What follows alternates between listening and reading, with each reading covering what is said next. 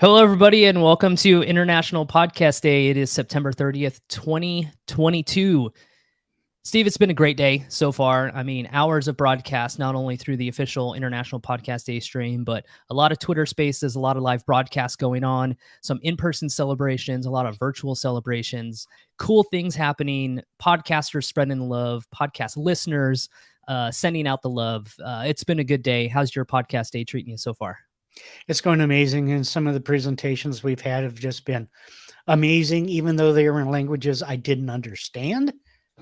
I could, get the picture anyway, but it's just been a great day, and we've got more to come. Yeah, we do. It's absolutely incredible. And before we kick off and send it to, I'm just messing up my whole screen right here, aren't I? There, we'll figure this out. There we go. Before we kick it off to Kattie, Laur, who's in representing from Canada this year, which is awesome. I do want to thank our sponsor for this year, which is Blueberry. They've been a proud sponsor of International Podcast Day since the start, since 2014. And they've been dedicated since 2005, almost 18 years, to providing the most essential podcast tools to the podcasters in the industry. And of course, you can do more than publish with Blueberry. They help you connect with your listeners. They help you monetize your podcast. And of course, what we're always looking to do as a podcaster is watch our show thrive. And that's exactly what Blueberry's mission is. You can learn more by heading over to blueberry.com. Click that big old start free trial right there on their website. Get a 30-day thing. Tell them the International Podcast Day team sent you. They'd appreciate love, and they're a great sponsor. So we want to thank them for everything that they've been doing. So, Steve, I want to bring in Kattie Laur. She is representing from Canada, and we had a really good little pre-show conversation. Really excited to have her on board. Welcome, Kattie. How are you doing today? I'm doing great. Thanks for having me. Excellent, excellent. Well, I think Steve and I are going to jump out of the way and welcome. And I know the International Podcast Day community is really going to love what you have to share with them today.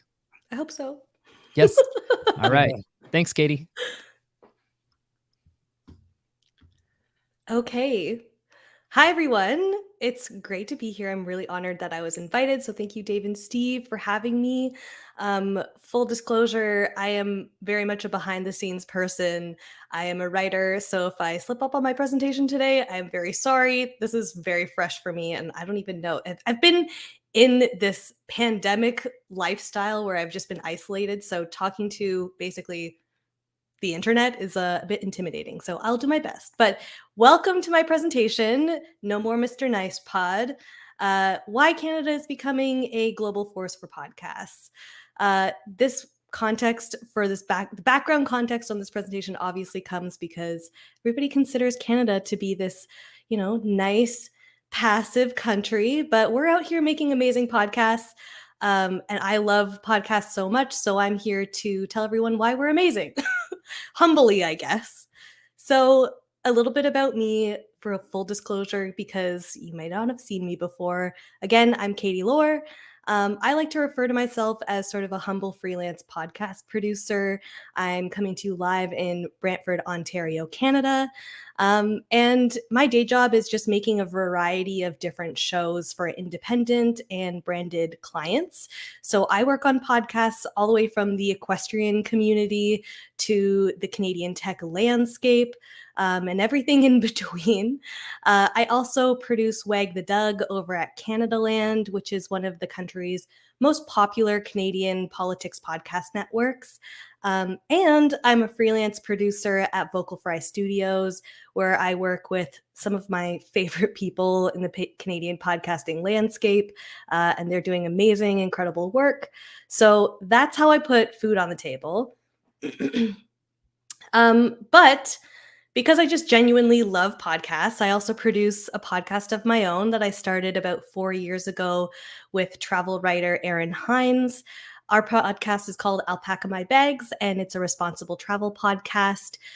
We just launched our 5th season in August, and we're really proud of it. We came out with a really epic first episode all about whether or not the era of space tourism is here. So if you're curious or you want to learn about how to travel in a way that's better for people on the planet, then go check out our show. It's everywhere you find our podcasts. And then because I'm in the professional podcasting space and the indie space, that sort of led me to a very interesting career path and a very interesting perspective on the Canadian podcasting landscape. So especially that's kind of led me to my next endeavor, which is the Pod the North newsletter, because apparently I can't shut up about podcasts. So on this newsletter, Pod the North, it's sort of my attempt to build a community in the Canadian podcasting space. So there I write about opportunities for Canadian podcasters. I share commentary on podcasting news on a global perspective and within the Canadian ecosystem. And I interview podcasters from around the country to hopefully give people an idea of who's within the ecosystem, who's working on really cool things, and hopefully to get people to leverage each other's work and collaborate. So other than that, I love Dr. Pepper. I love collecting vinyl records. I love winter sports. And I love my dog, Joe, who you will always find at the bottom of my newsletter every issue. Sorry. So in this presentation, I'm going to be unpacking a couple of reasons why I believe that Canada is becoming a global podcasting force, but why I don't know if Canada can really achieve this global notoriety just yet. We're on our way, we're almost there, but we've got some things to work on. So before I get into any of this, it's really important for me to talk about the fact that today, September 30th, is National Day for Truth and Reconciliation in Canada. So a lot of people might not know about this. I'm realizing this is an international audience, but Canada and the US have been founded on genocidal levels of brutality against First Nations peoples across the continent. Communities who were here long before any colonial settlers arrived. So today, September 30th in Canada, is meant to mourn the children who never returned home from residential schools and to honor the survivors of those residential schools as a result of colonialism. So this history isn't that long ago either. It's within the last century. And I am reminded of it all the time because I actually live just a 10-minute drive away from a residential school here in Brantford, the one that is depicted in this slide here. So there's a lot of modern issues that we need to solve for here, and that's why I'm so passionate to talk about this today and at least take some time to do so. Right now, there are 32 long-term drinking water advisories in 28 Indigenous communities across the country. That means that there are thousands of people who don't have access to clean drinking water, which is a human right. Reserves that were established in colonial times have isolated a lot of Indigenous communities in rural areas, and that's made it really difficult for people to travel around the country and access resources that are crucial to a sustainable life. And this has led to a number of horror stories from what is now renowned across Canada, known as the Highway of Tears, and it's led to an epidemic of missing and murdered Indigenous women. There's also a significant digital divide in Canada. As of April of this year, just 24% of Indigenous communities were reported to have access to reliable internet, while 97% of urban households are connected to high-speed internet at that time. So obviously that's a huge gap. This has resulted in a massive socioeconomic inequities. And it means that there's a massive barrier to podcasting, which is a digital medium. If people can't access the internet, how are they supposed to publish a podcast? So in honor of Truth and Reconciliation Day in Canada and International Podcast Day, I wanted to just highlight a couple of Indigenous podcasts that can help you learn more about Canada's history, The Secret Life of Canada, Media Indigena, Canada Land Back, Indigenous 150 Plus, and Missing and Murdered, Finding Cleo. And then Cooper Island is specifically focused on the residential school system. So that's a great place to start if you're curious about learning more about Canada's history and the impact on our Indigenous peoples. So Canada is on its way to becoming a global podcasting force, in my opinion. And here is why. As I go along, obviously, There's a lot of really cool things happening in Canada. I only have so much time to unpack the things that were the most significant to me. So if anybody from Canada is watching, please drop your stuff in the comments so I can talk about them and bring them up. If you're working on anything super cool, obviously let me know because I want to talk about it in my newsletter eventually. And then if there's anything for anyone who's watching from a global audience who's not based in Canada, put those things in the comments too, because I think there are a lot of things that I'll talk about that relate to countries across the world. So please put your stuff in the comments because I want to talk to you and not just the internet in the abyss. Okay, so the first thing that we need to talk about is that Canadians are dominating global listenership stats. So this is really exciting. 43% of Canadians who are 18 plus, that's almost half of Canadians, have listened to a podcast in the last month. And this is outpacing the US, which is at 38%, and Australia, who is at 40%. And this is a result of the Infinite Dial report recently. So Canadians are listening to podcasts the most on a monthly basis. That means Canadians love podcasts. Just like me, I guess I am a representative of those people. And it's only going up from here. Canadians are listening to a lot of podcasts. Power listeners are on the rise. 32% of those monthly listeners that I mentioned previously are power listeners. So they are listening to podcasts of 5 to 10 hours or more a week. So daily listening has nearly doubled in the last 5 years, and weekly listening has grown by 60%. Andrew says, go Canada, and I totally agree. So on that note, in the wise words of our Lord and Savior, Alexis Rose, are you ready for a total emotional and physical transformation? Because I am. Global podcasters, Canadian people are listening to podcasts a lot, and they are looking for content. So you might need to consider whether or not Canadians are part of your audience and how you can kind of find them. Canadians, I think, are pretty open-minded for the most part, so just get them something good and we'll listen to it. So another reason why Canadians, I believe, are at the forefront of the podcasting space is that Canadians are leading the branded podcasting space. I talked to Roger Nairn, who is one of the co-founders at Jar Audio, who is a branded podcasting studio here in Canada based out of the West Coast. I talked to him after he got back from Podcast Movement about his vibe and the vibe he got from Podcast Movement having been there. And he told me that he thought that Canadians were kicking ass and that, quote, the branded podcasting space is really coming to the forefront as being a real powerhouse in Canada. This is huge because we know that more and more brands are looking to get into podcasting. It creates authority on certain values and verticals and authenticity that can make a brand more likable. And ultimately, that drives sales for those brands. So why wouldn't brands want to get more into podcasting?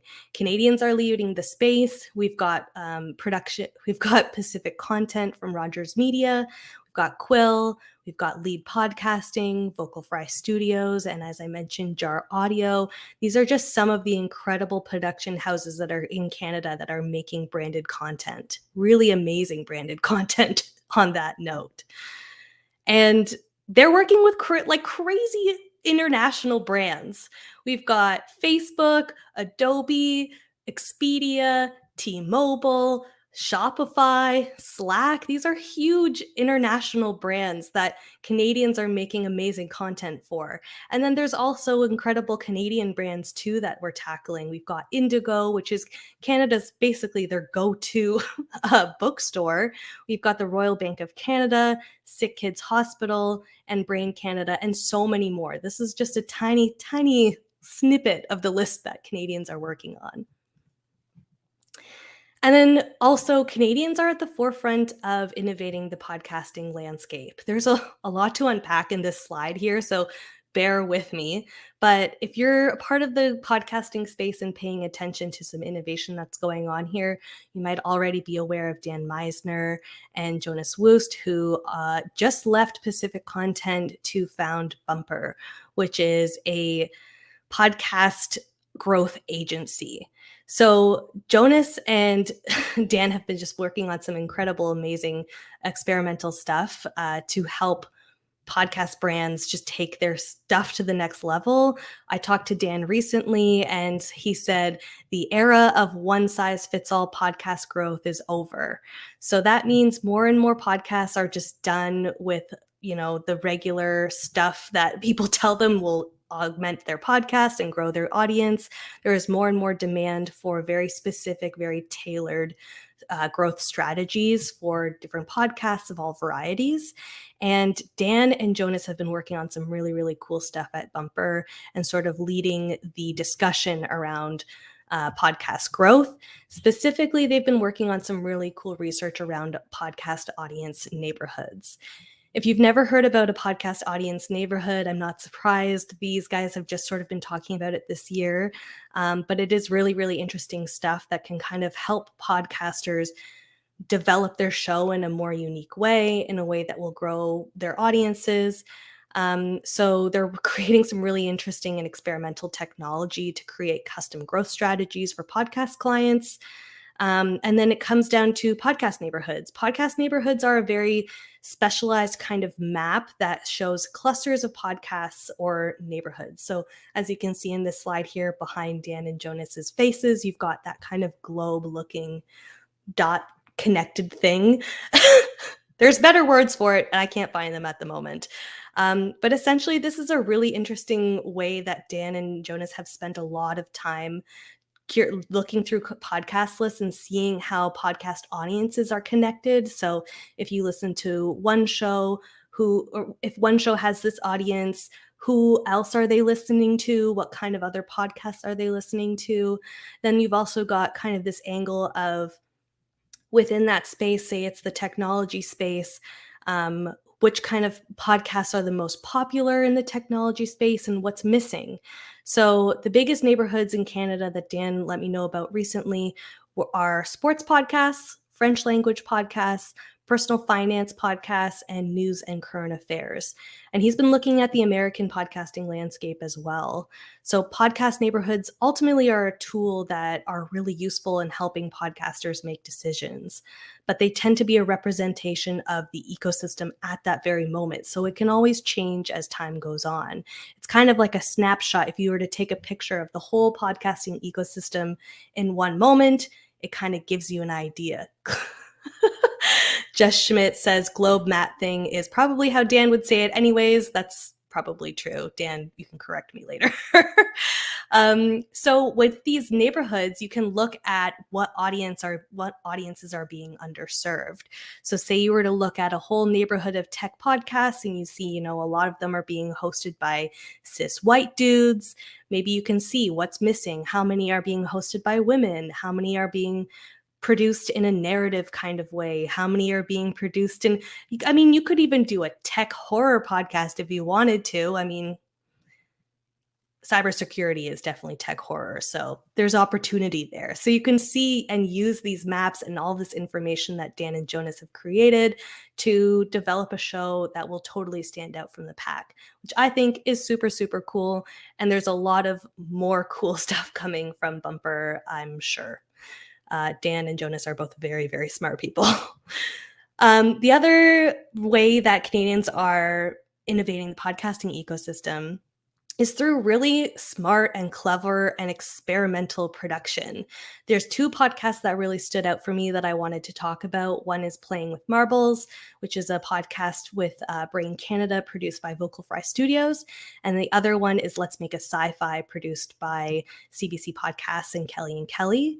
So with Playing with Marbles, at the end of the day, Playing with Marbles is just a brain research podcast, which brains are interesting, but scientists are not all the time, at least. It's hard to find a scientist or a research that has great TV presence, podcast presence. And so what Playing with Marbles has done really, really well is that they decided to take it from a totally creative angle. So what they did with this podcast is that they created a fictional character named Kira to follow through a full 3-part series as we learn about how women's brains develop over time. So in the first part, Kira is born. You kind of follow and learn about how a woman's brain develops from infancy through to puberty, and then it goes on and on until death, um, to put it bluntly. But they kind of put Kira through the ringer too. Kira has to make some difficult decisions. She experiences the world around her in a lot of different ways. And so you really start to care and root for this fictional character, Kira, through a brain research podcast. And it's just so well developed and so beautifully created and has amazing sound design. It's just such a wonderful, wonderful example of experimental production that's coming out of Canadian brains. And then the other show I wanted to talk about is Let's Make a Sci-Fi. So Let's Make a Sci-Fi follows 3 comedians as they develop a sci-fi pilot. So you follow them from pitching their concepts to each other to scripting the show and working through those scripts together. And along the way, they interview like some crazy celebrities like Rainn Wilson and Neil deGrasse Tyson and a whole bunch of sci-fi filmmakers to help guide them through the process. And obviously they're comedians, so it's a pretty joyful experience to listen to this. And then at the end of the series, it all culminates with a beautifully sound designed table read over a 2-part finale. So both of these podcasts are totally absorbing. They will completely absorb you when you listen to them. I have vivid memories of like where I was when I was listening to them. I was in the car both times, and I know exactly what intersection I was at when I was at a certain part of the episodes. Like, it's crazy that audio can stick with you that way, and that's what tells me that these shows did such a great job with these new sort of concepts. And like, this is only the beginning for clever podcast production in Canada. There are so many smart and incredible Canadian podcast producers here that are making really innovative content. In fact, a lot of those people are being sifted around the North American and global podcasting community. There's a lot of podcast producers out of CBC, like Connie Walker, who have just moved over to Gimlet after she made Missing and Murdered at CBC, and now she's creating Stolen at Gimlet. One of my producers that I work with, Jay Coburn, has worked at CBC and BBC. He just produced an episode of 99% Invisible. So obviously there is a lot of demand for incredible Canadian producers to come over all over the place and bring their skills to that kind of production. I'm just going to say I can't remember if Jay actually worked at CBC, so that might be false, but Jay can correct me on that later. And then there are a lot of Canadian thought leaders and innovators that are just taking over the space. Like I mentioned, Canadian pros are kind of everywhere now, especially at Podcast Movement this year. Canadians are specifically leading a lot of conversations around audience growth and branded podcast partnerships, like I mentioned. Specifically at this year's Podcast Movement, there were panels featuring and sponsored by Quill. Quill and co-host, who their CEO is Fatima Zaidi, and then Roger Nairn from Jar Audio was there as well, having these conversations.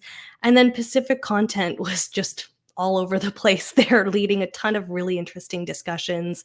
Robin Edgar and Sean Cole did a whole panel about what it means to embrace 3D audio and narrative documentary storytelling, and the big conversation around podcasting and video, whether or not podcast video is a thing.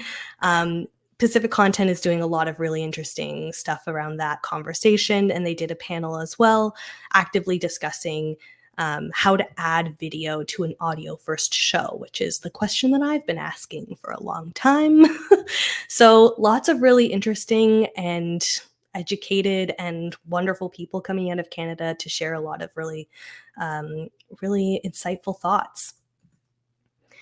Also, I can't move on without just Canada is cranking out so many true crime hits. There is just so much coming out of Canada, CBC in particular, but across the board, from indie podcasts to networks. And actually, CBC just launched a brand new true crime podcast 4 days ago called The Outlaw Ocean. And it's already hit the top of the charts within a couple of days. It was ranking #1 in true crime and #4 for all podcasts in Canadian charts. And then it was in the top 100 for true crime and all podcasts in a number of other countries too, including the US, Great Britain, Australia, Germany, France, Sweden, Spain, Brazil. And this screenshot here is just a small snippet of the screenshot of the list that goes on and on and on of all the charts that this podcast was hitting already. Obviously, people love true crime coming out of Canada. CBC has just got such a great production workflow on these. I don't know how they're doing it, but they're just making so many great shows around true crime. So that is pretty much a bunch of reasons, but of course, I might be missing some. So if you have any thoughts on cool things that Canadian podcasts are doing, let me know and I can talk about them at the end. So over to the next piece. So how can an entire country's podcasting ecosystem actually achieve notoriety? Realistically, I think Canada is doing some really amazing and impactful things, but we've still got a lot of things to do and take care of before we get there. And I think a lot of these things that I'm about to talk about are things that can be applied in countries around the world as well. So I've kind of tried to make it something that works between all the countries. If anybody is international and watching me and not just a Canadian audience, then you can apply this to your own podcasting ecosystem around the world in your own way. So, first of all, Canadians need to stop making content that's just for Canadians. Canadians are listening to content that's realistically, it's nearly split between a US audience and a Canadian audience. So, between US content and Canadian content. So 44% of the content that Canadians are listening to is actually American and 42% is Canadian. So it's almost split, but American content is still leading the pack in terms of what Canadians are listening to. So that being said, Canadians aren't listening to all Canadian content. And so when you make podcasts that are just for a Canadian audience, they might not hit the target audience that you're looking for, or they might not hit an audience at all. So we need to stop focusing on just the Canadian audience. While the country is the second largest country in the world in terms of its geography, it only ranks 39th in terms of its population. So that's not a huge population to cater to. It's more of like a niche. So niches, are great for us to focus a podcast around, but I'm talking about world domination here, so we're not going to focus on little tiny niche audiences.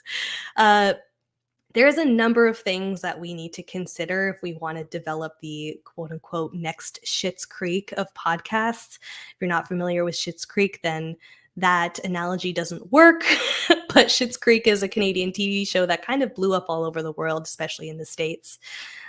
So we need to make shows that will be loved on an international stage. So there's a couple things to consider here. What's missing from the global charts? So you can actually use Chartable to go and check out global charts and find gaps of what's missing within those charts. I was looking at these charts yesterday. I was looking at the American one and seeing how many Canadian podcasts were in the top 100 of the top 100 of all podcasts and a couple of the other genres. And actually, there weren't too many Canadian ones. And guess what? There was, though, that was Canadian. True crime. People love true crime from Canada. So go into the charts and see what's kind of missing there. And you can start to develop shows that would work on a global scale.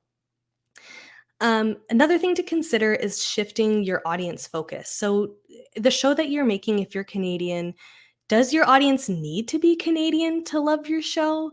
If not, then think about different ways that you can address your audience and focus on content on like a more human level. And this is something that we do on my show, Alpaca My Bags. So our mission is to get people to think about how to travel in a way that's better for people and the planet. That's a pretty universal idea. So a lot of the concepts that we discuss on our show are universal concepts. So climate change, identity, accessibility, finance, and then we run all of those human concepts through a travel lens. And that's how we make a show that can be globally recognized. And it has been. So we've developed a global community around the podcast and our community is called the Alpaca Pals. That's just what we went with. And yeah, we've got actually the majority of our audience is actually American, even though we're a Canadian show. 40% of our audience is American and only 25% is Canadian people. And that's our audience has spanned across the world, actually. So while we've got audiences in North America, we've also got an audience in the UK and Europe and Australia, and even over in Hong Kong and Uganda. So that's kind of an example of how you can create content that would be reaching on a global scale. Our show isn't giant, it isn't massive, but it's, on its way. We're an indie show, so we're doing the best we can. But I think there's something to say about the fact that we've got listeners around the world. Another thing to think about is what is at the core of human interest. So at the core of human interest really is stories. And, humanity has existed on stories and gossip and mystery. And that's why I love this show, Normal Gossip. It's an American show that's come out of Defector Media, but it triggers the most human part of us all, which is the love for storytelling and gossip. Every episode, the show tells like a new outrageous gossip story that kind of makes you feel like you're sitting around with friends. And when you listen to the show, you can tell that there's definitely a lot of production and research and work that goes into creating the show. But at the end of the day, it's a very simple concept that can be really enjoyed around the world, at least for English-speaking countries. And then keeping your Canadian perspective is important at the end of the day, though. While I've said don't focus on Canadian content, I think you have to really hone in on your Canadian identity or your identity as a human and all of those things. So I'm not saying scrap your Canadianness altogether or your nationality altogether. I think our perspectives and our identities and our lived experiences are what make all of our podcasts unique. So play with that novelty a bit. You can kind of hype it up a little bit, but there's a way to do it where you're kind of coming at it from your perspective and your lived experience versus making the audience need to go through that filter as well. So you can do it in a way that doesn't totally isolate global audiences.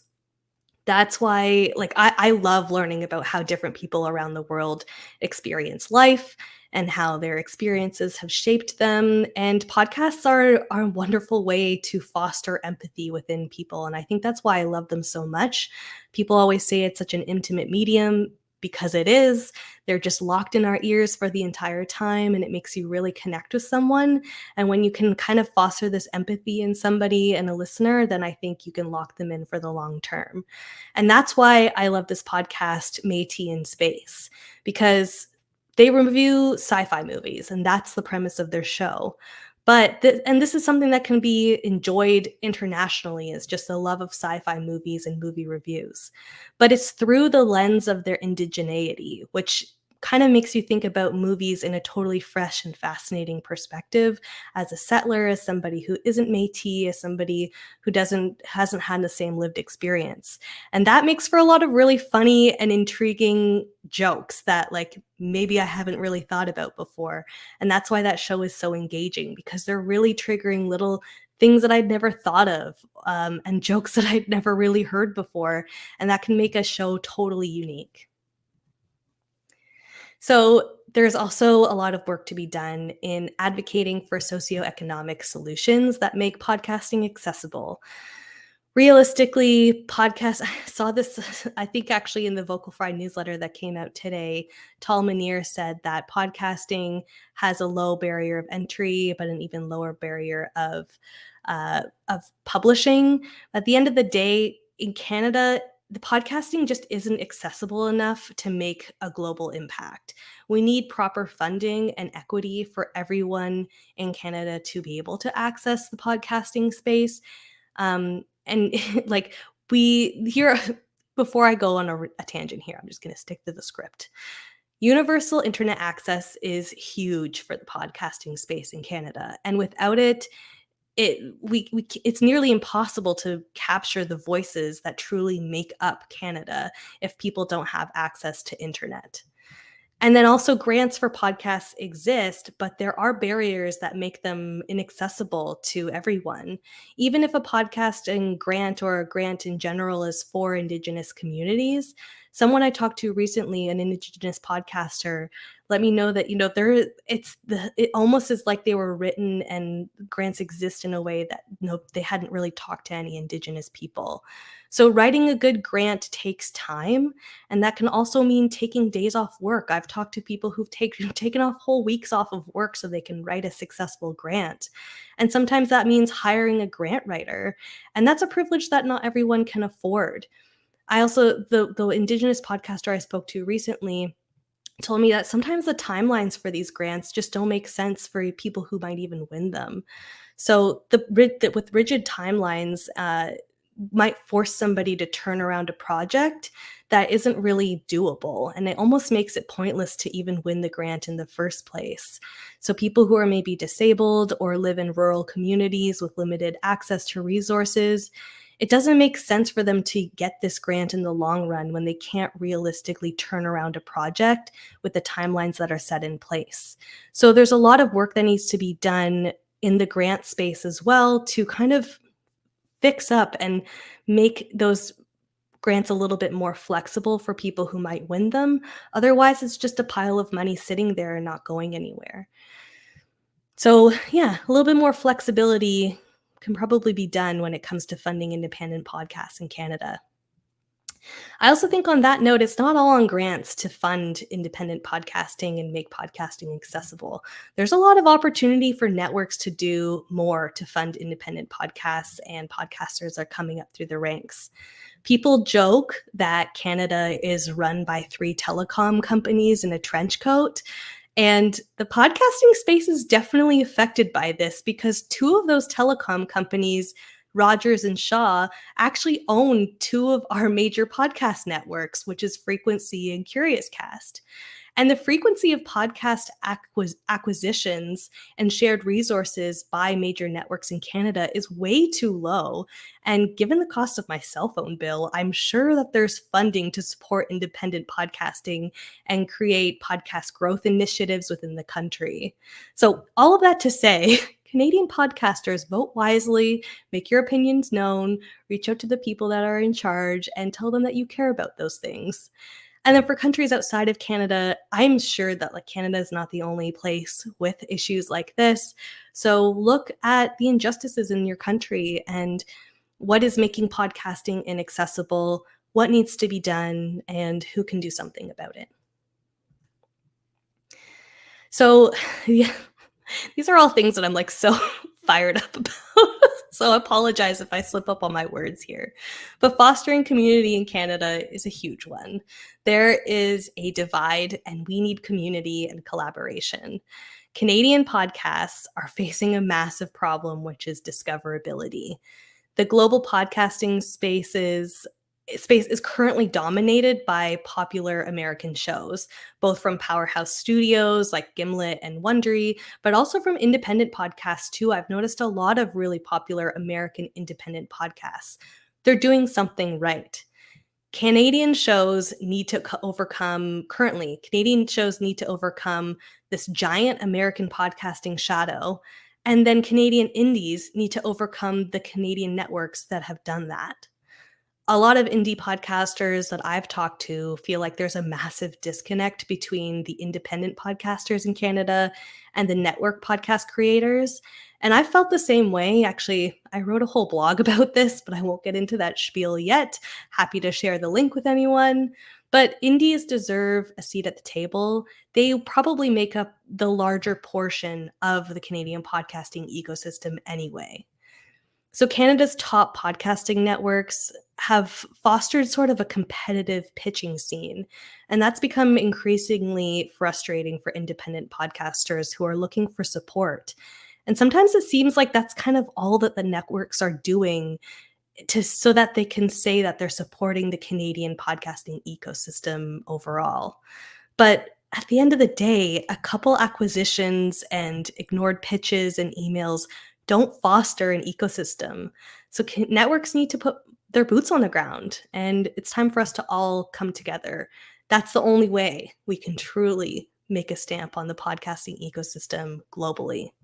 So, networks, if you're listening, if you're out there, you got a bit of homework to do. And this goes out to all of the podcast networks that are leading the podcasting space from country to country. So become a part of the DIY ecosystem again. Podcasting in Canada started out as a DIY space, and that was held down for 11 years by do-it-yourself podcasting pioneers. Long before CBC Podcasts, long before Frequency, long before any of the major podcasting networks had even launched their first show. So do some research again. How did the industry get to where it is today? Who's still doing the work to uplift the DIY space? And how can you uplift them yourself? And then recognize the power dynamics that are at play. In your podcasting ecosystem, networks have access to funding and resources for marketing and production that indies just could only dream of. And that makes it really hard for independent podcasts to compete, especially when a lot of the marketing and successful podcasting growth campaigns comes down to funds. And when people are just doing something on the side because they have a job to do and like food to put on the table, it's hard for somebody to just drop everything and put all their money and time into a podcast that they maybe one day could make money from. So there's power dynamics at play that I'm not too sure that the networks are really paying attention to. And I would love to just know that they are. Like I mentioned earlier, it's hard to believe that there isn't more funding to go around. And networks can probably be a bit more generous when it comes to uplifting their country's podcasting ecosystem as a whole. And this is an opportunity. They can become a leader. They can become a trusted resource for the podcasting community there. They can be the ones to really be at the forefront of their country's podcasting ecosystem.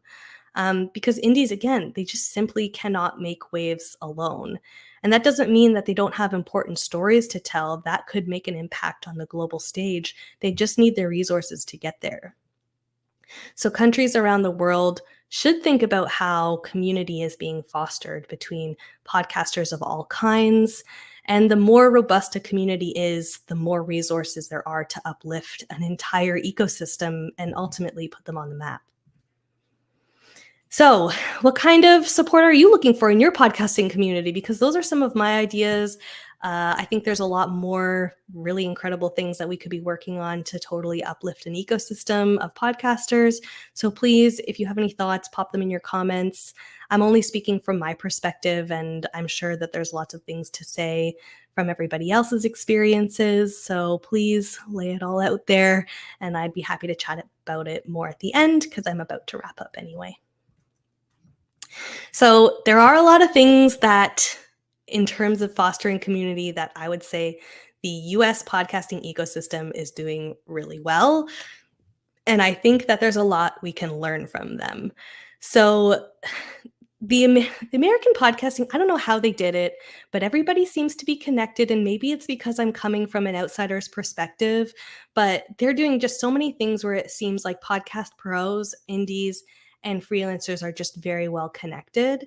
So there are a lot of really amazing community podcasting newsletters that exist. A lot of them are written by incredible women, including Ariel Nissenblatt, who is here at the top and the end of International Podcast Day.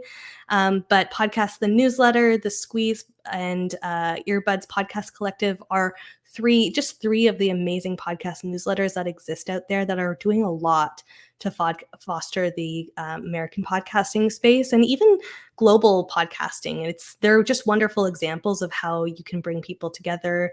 And I would say like these three newsletters are very much what inspired my own. And there's a huge community of podcast critics and reviewers, which I think is a really interesting space. Because much like movies and TV shows, podcasts are recommended through word of mouth. And before I see a movie, before my partner sees a movie, or even after, we're looking at reviews to see what people think about those things from critics, not just from, my friend's dad 2 days ago what he thought when he was there at the matinee show. Like, we're talking about professionals in the space and what they think. And I found a lot of really interesting American podcast critics and reviewers are doing some interesting stuff and have kind of become go-to people. And then in terms of that, there's very engaged podcast professionals and thought leaders and even journalists within the American podcasting space that are doing a lot just to talk about podcasts and are just constantly talking about podcasting news, what indie and network shows are doing that they find really amazing. There's a show right now that I can't think of the name of, I'm blanking on it, that Laur from Tink Media has been working with. And it's just been a really interesting collaboration between a podcast and podcast growth company. So everyone's sort of got an idea of who everybody is in the American podcasting system. I wouldn't say that's necessarily the case in Canada. The podcast community in America has a lot of really interesting initiatives. I mentioned Tink Media already, but they have a really interesting database on their website that is a podcast swap database where you can go and input all the information about your podcast and go and browse through other podcasts that have input their info. And it also, you can say like what kind of opportunities you're looking for, and then just go ahead and email them. I've had 2 podcast cross promo episodes through the Tink Media database. And it's just such an impressive feat that's been going on over at Tink that I think Canada could do a lot of, could be inspired by. So on that note, where is Canada's growing podcasting community right now? Well, a lot of them are on Twitter talking about the Canadian podcasting space or podcasts in general. We have a couple of newsletters that are going on in Canada. Obviously, mine, Pod the North, is a brand new, fresh one doing its best to foster community.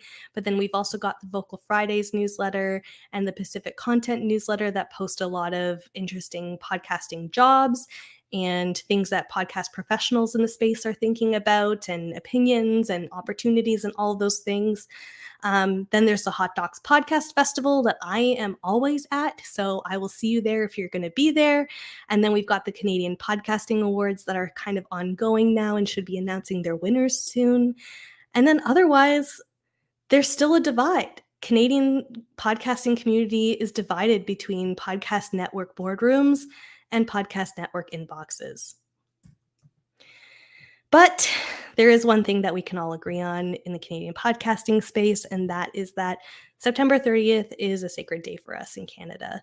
It is Truth and Reconciliation Day, like I mentioned off the top, and we're worried that it's getting a bit overshadowed. So a number of us are on Twitter talking about how we would like to politely and firmly request a new day to celebrate podcasting on the global stage so that we can use this day to mourn and honor our survivors and missing children from the residential school system. So that's it for me. If there's any questions, I'm happy to answer them. If you want to reach out to me at any point, I am very accessible. You can find me on Twitter. That's where I'm kind of spewing my stuff all the time about podcasting. You can find me on my newsletter, which is podthenorth.substack.com. My next issue is coming out on Tuesday, and I have my full interview with Dan Meisner there. And then I've got my podcast, Alpaca My Bags, that I would love for everyone to listen to and tell me what they think about it. And then my website is kattielauer.com, where you can find the whole roster of all of the work that I've worked on and all of that stuff. So that's my spiel. Thanks so much, everyone, for listening to me today. I hope this was informative for everyone, and have a lovely rest of your day. Yeah, thank you, Katie. That's impressive. Just the amount of information you just shared with us. Let me try and clear the screen a little bit here. It's a lot. But and I absolutely love it, because that's exactly why we want to showcase, podcasters from different regions outside the United States, is because you're right. When I heard the data that podcasters in Canada, as you said, 43%? Yeah, I think it was 42% or 42%. Yeah. It took me back for a second. I think I actually saw it, possibly something that you shared on LinkedIn. Yep. But when I heard that, I'm like, okay, now this is a space we need to pay attention to, and we should have been paying attention to it a couple years ago, to be honest. And it's always been there, like you've said, it's slowly kind of brewing and growing and everything like that. I'm glad you brought up so many, unique things like Bumper. I did not realize that was a Canadian service, and I had heard about that on some platforms. And just the amount of networks and shows and true crime, and those are all things I keep hearing, but it doesn't register quite yet that it's a Canadian production. So I'm glad you're able to hear and showcase it and share all those things with us. My pleasure. I'm glad it made an impact on you. I was worried that it might not. Yeah. I was like, maybe people already know these things, maybe they don't, but I'm really excited to see what's going on in the Canadian podcasting space. It's been like seriously impressive to see all the people that I'm meeting through my newsletter and talking to, and all of just like the really cool stuff that people are working on. There's a lot of talent in Canada. And obviously we know that's the case because Canadian talent keeps moving around to the States. So we need to try and lock them in. But there's a lot of really incredible stuff coming out of Canada. Yeah, it's incredible. I love that you started Pod the North, and that's originally I subscribed to that and started checking that out. You said you have one or two editions out. I've got two. Yeah, Two I've got out. two Yeah. issues out right now, and then I've got my third coming out on Tuesday. This Tuesday, and yeah, it's a bi-weekly newsletter, so it's every other week. It's Yeah, and I love- hard. I have so many interviews down and written and ready to go out, but I'm trying to like keep it on just a sustainable path, not That's burn true. myself out. I mean, let's be honest. The podcast newsletter space is having a moment right now. It I mean, is. as you highlighted, there's several here within the United States, and I'm subscribed to a few, in Africa and in the UK and Australian as well. And it's popular. It's refreshing to get a newsletter that's filled with content that you want to see, whether that's podcast recommendations or just opinions on what's going on in the space or in a certain genre, or group of individuals that is trying to work their own way through the industry and trying to figure things out. So it was good to see that you had jumped on board as well and wanted to at least share that Canadian perspective on it. And I think the beauty of newsletters is the reach goes farther and farther. Yes. I think we're going to start learning a lot more about what's going on up north. Totally. Dave, I got one parting comment here, and that is before we went live, I was talking to Katie, and I'm not going to embarrass her, but she said, "I'm nervous. I hope my content is worthy, and I hope I can go an hour." Young lady, you knocked it out of the park. Oh, thank you so much. Congratulations. Thank you guys both so much. I'm really happy that you invited me. It was a really exciting day when I saw your email. And I'm honestly just surprised. Like my newsletter kind of suddenly got a lot of attention. And I guess there's demand for Canadian content in the podcasting space, which is really, really exciting because I'm producing a lot of it too. So I'm excited to see what happens. I guess I'll talk to you next year and see if anything has improved, if Canada has officially overcome, created world domination. Like, I guess we'll see where we're at next year. Oh, So next got a little wager going. Yeah, 364 days for global domination. I'm glad that you just threw it out there too. Yeah. It's like this is the goal. This is what we need to aim for. Yeah. And because I think just like in the podcast space, you got to aim big. If that's your strategy, if that's what you want to define success, go for it. Reach for that, hit that lofty goal, and use that as a benchmark in moving forward. So, I know for myself, Steve, and the entire international community, as people that tuned in live, the people that are going to rewatch this on our Facebook page and our YouTube, and also check it out on our website, it's going to have a ripple effect. I feel like it's going to be a very popular session, and I for one. It's all about learning within the industry. And I know myself, Steve, and as I mentioned, our entire international community had learned something, positive and coming from you today. So we appreciate it. Thank you so much. Yeah, absolutely. Well, I think that is going to wrap up this session. Katie, Laur, I appreciate you coming in and sharing how, no more Mr. Nice Pod. Canada's going to be taking over next year. You guys are going to be steamrolling everybody. I can feel it now. So watch out. Yeah, exactly. Yeah. Coming with our skis and our luges. Yes. The most dangerous of weapons. Yeah. Well, yeah, thank you, everybody. I hope you continue to celebrate International Podcast Day in any way you choose fit. But also at the same time, if you're cruising around social media, make sure you are using that hashtag International Podcast Day. So for now, we appreciate you all tuning in and have a great International Podcast Day. Thanks.